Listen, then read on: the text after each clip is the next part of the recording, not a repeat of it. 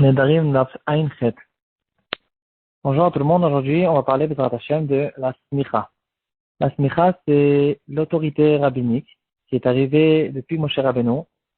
Moshe Rabbeinu, il a nommé 70 Zkenim, les 70 anciens, qui étaient les plus grands Talmidei Chachamim du Clan d'Israël.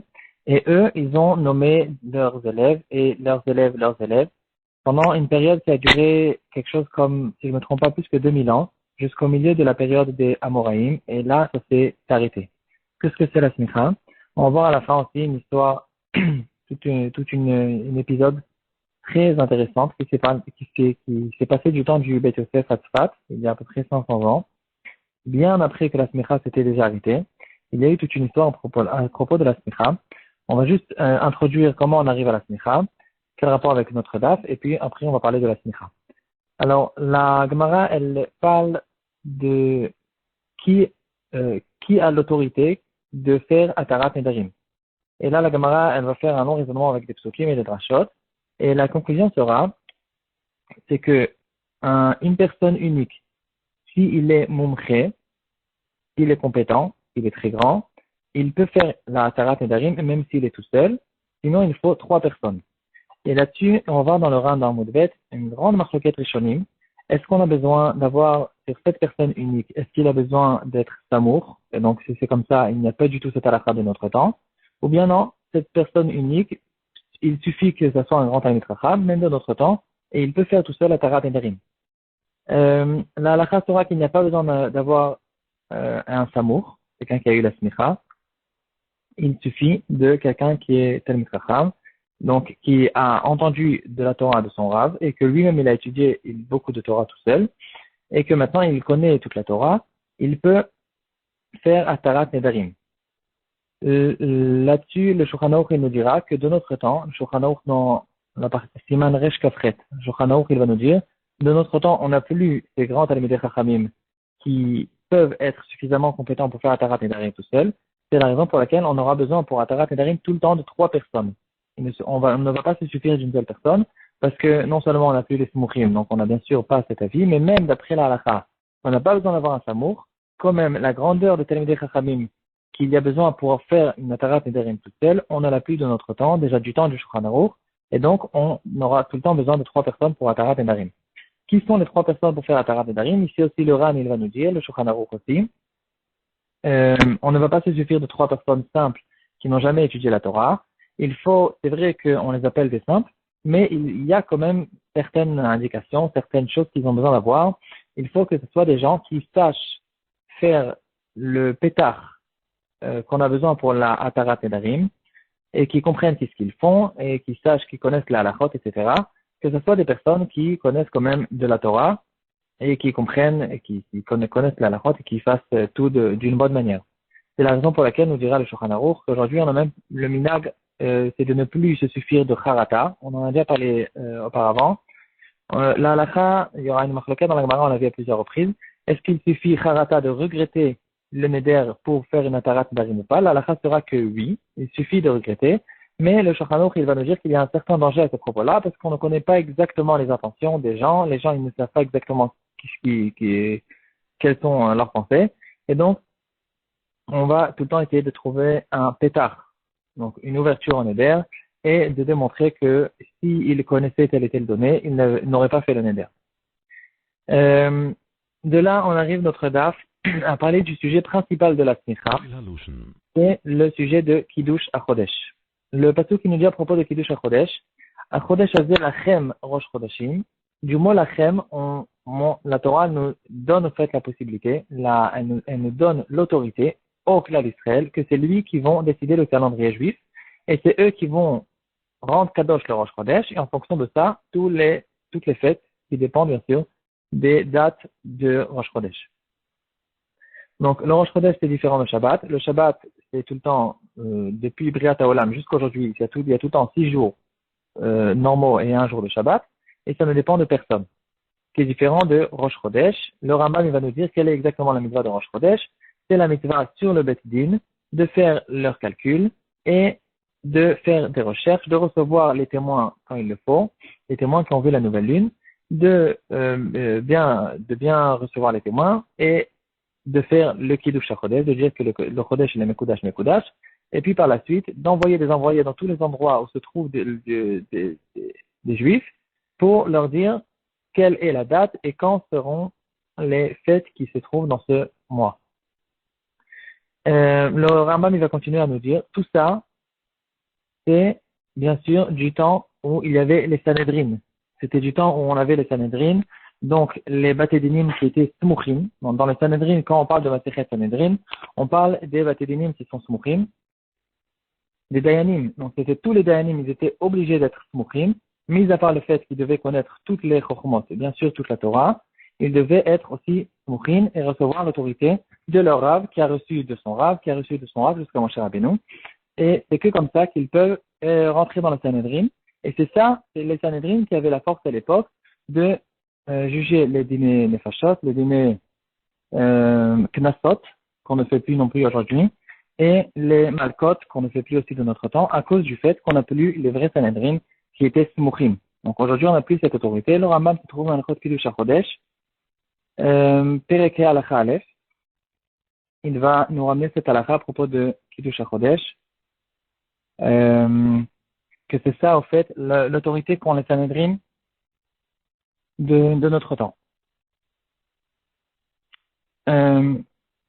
Maintenant, on en arrive à un grand chidouche que le Rambam, il se trouve dans Ilchot Sanhedrin. Ilchot Sanhedrin se trouve dans la partie Shoftim. Je vais le lire de l'intérieur. Ilchot Sanhedrin, le Rambam se trouve là-bas.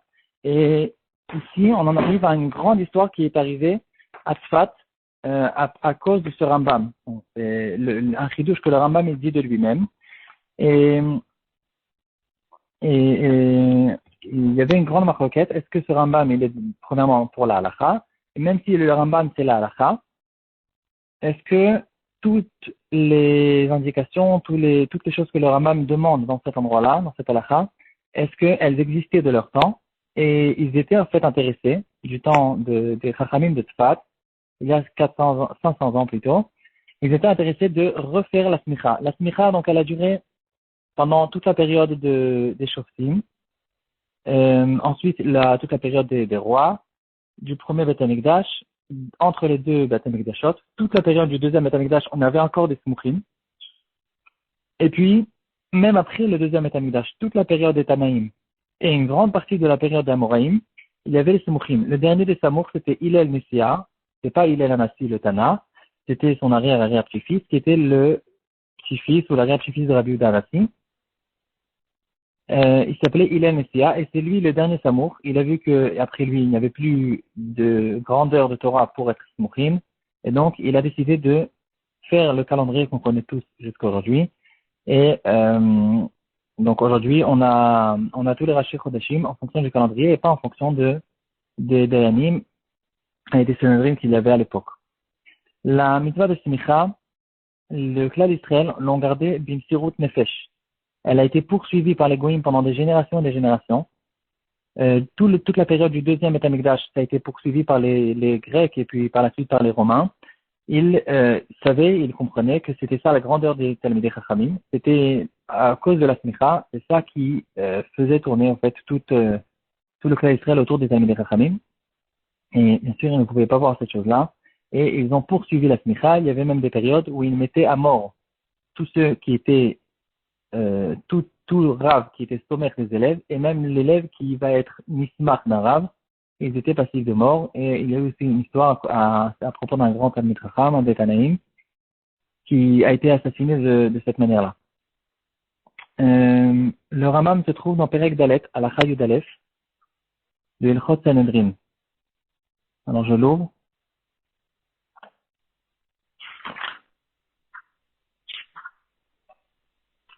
Le Rambam se trouve à plusieurs, dans le Rambam, il se trouve dans le Sefer Yad HaChazaka du Rambam, il se trouve aussi dans le Pirush HaMishnayot, dans Masechet Sanhedrin, et si je ne me trompe pas, dans un autre endroit aussi. Et chaque mot du Rambam ici, il y a eu des parim entiers qui ont été écrits pour essayer de comprendre de quoi le Rambam exactement il parle, parce que cette halakha, en fait, c'est une halakha qui n'a pas de référence. La grande majorité des halakhot du Rambam, il y a tout le temps une référence, c'est 99%, c'est pas plus. Il y aura tout le temps une référence. Le Rambam n'invente pas des halachot. Ici, ça fait partie de la petite partie des halachot où le Rambam, il dit l'halakha de sa propre svara. Et en général, quand le Rambam, il fait une halakha sans référence, il commence par le mot Iraéli. Alors, le Rambam, il dit, Mir'ini advarim, je pense, she'im ismichu, she'im iskimu kol hachachamim sheberet Israël. Que si tous les Talmidei Chachamim qui se trouvent en Eretz Israël, ils ont été d'accord, les manot dayanim, velismochotan, de nommer des dayanim et de leur faire la smicha, arei smuchim, ils auront la halachot, ils auront tous les dinim de rabbanim smuchim, malgré que la smicha, elle ne peut pas revenir toute seule, tout le temps la smicha, c'est tout le temps de Rav en Talmid. Ici, il y a tous les rabbanim qui se trouvent en Eretz Israël, qui ont décidé de nommer quelqu'un en tant que Dayan, alors il aura toute la halakha de Samour, Veyesh lahem nadun, et dans ce cas-là, il pourra même faire une smicha à quelqu'un d'autre, et donc construire de cette manière-là un betidin qui peut ladun dinek nasot, Veyesh lahem lismoch acherim, et donc ils auront toutes les dinim de smuchim. Imken lama yu achachamim mitztaharim à la smicha. Si c'est comme ça, pourquoi les grands talmidei chachamim au courant de génération ils faisaient tout pour ne pas que la smicha se coupe, s'arrête. Kedei shelei vatlu dinek nasot Israël. Les filles chez Israël, mefuzarin, ve'i efshar shaskimu kulan. La raison pour laquelle ils étaient prêts même à mourir, comme on a raconté avant, pour la smicha, alors que c'est pas grave, la smicha, elle a qu'à s'arrêter et on va la refaire plus tard. C'est pas une question, dira le Rambam, parce que c'est quelque chose qui est très très dur de récolter tous les rabbanim qui se trouvent en Eretz Israël, alors que la majorité du temps, au courant des générations, il y avait très peu de juifs en Eretz Israël. Et que tout le monde soit d'accord sur la même personne, c'est aussi très très difficile, comme on se connaît bien. Et donc, c'est quelque chose qui est pratiquement impossible. Et donc, on a tout fait pour essayer que la smicha ne s'arrête pas au courant des générations. Par contre, bien sûr, s'il y a un seul tamour qui n'a pas eu de coupure au courant des générations, alors il peut lui-même faire une smicha à tout le monde et reprendre à partir de lui la dinde d'ineknosat la kol, etc. Vadavar, il finit le Rambam par les mots Vadavar tarich echrea. C'est une chose qui est un chidouche et il faut quand même décider, il faut quand même avoir une décision à propos de cette halakha, si on peut la faire ou on ne peut pas la faire. En tout cas, les Talmidei Chachamim qui étaient à Tzfat du temps du Mahari Berav, ils ont décidé de reconstituer, de refaire exister la smicha. Pourquoi? Quel était le grand besoin de faire ça? C'était après l'histoire de l'exil de Galut Farad. Et donc, il y avait beaucoup de Maranos, des Juifs qui sont restés en Espagne, comme on connaît tous les histoires. Extérieurement, ils étaient comme des chrétiens, et à l'intérieur, en cachette, ils faisaient une vie de Juifs. Et à cause de ça, ils ont été contraints, ils étaient obligés de faire certaines avérotes de Avodah Zarah, d'autres avérotes qui va leur rendre qui était censé leur donner une peine de karet. Et quelqu'un qui a besoin d'avoir un karet, normalement, il est retranché du Olamazé et du Olamaba, donc ils avaient très très peur, donc il y avait beaucoup de personnes qui ont réussi plus tard à se sauver. Ils sont arrivés dans toutes sortes d'endroits, surtout, ils sont arrivés dans ce qu'on appelle l'empire de la Turquie, j'ai oublié le nom, l'empire de la Turquie, ottomanite, l'empire ottomanite, je sais pas comment dire en français, et à cet endroit-là, ils les ont bien reçus les Juifs, et donc il y a eu beaucoup de Juifs qui sont arrivés là-bas, et donc bien sûr ils sont arrivés aussi en Eretz Israël, et en Eretz Israël, la majorité des Juifs se rassemblaient à Tzfat. À Yerushalayim, il y avait très très peu de Juifs, c'était très difficile de vivre là-bas parce que les Arabes ne laissaient pas les Juifs vivre là-bas, il y avait une pauvreté incroyable, et donc les Juifs, ils étaient à Tzfat. Et à cet endroit-là, donc il y a eu plusieurs Maranos qui sont arrivés là-bas et ils se sont mis à pleurer devant les rabbanim pour essayer d'avoir une kapara sur toute la vérote qu'ils ont fait.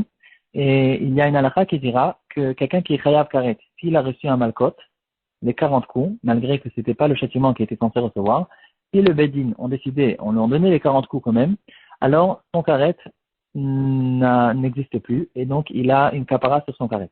Donc ces personnes-là, ils essayaient d'avoir un tikkun, une kapara sur leur avérote, et ils sont arrivés devant les rabbanim pour savoir s'il y a malkout. Bien sûr, les rabbinim leur ont dit, non, ça n'existe plus depuis très longtemps, on ne fait plus de malkout, on ne fait plus de neknesot, et bien sûr, pas de dîner achi ou mita.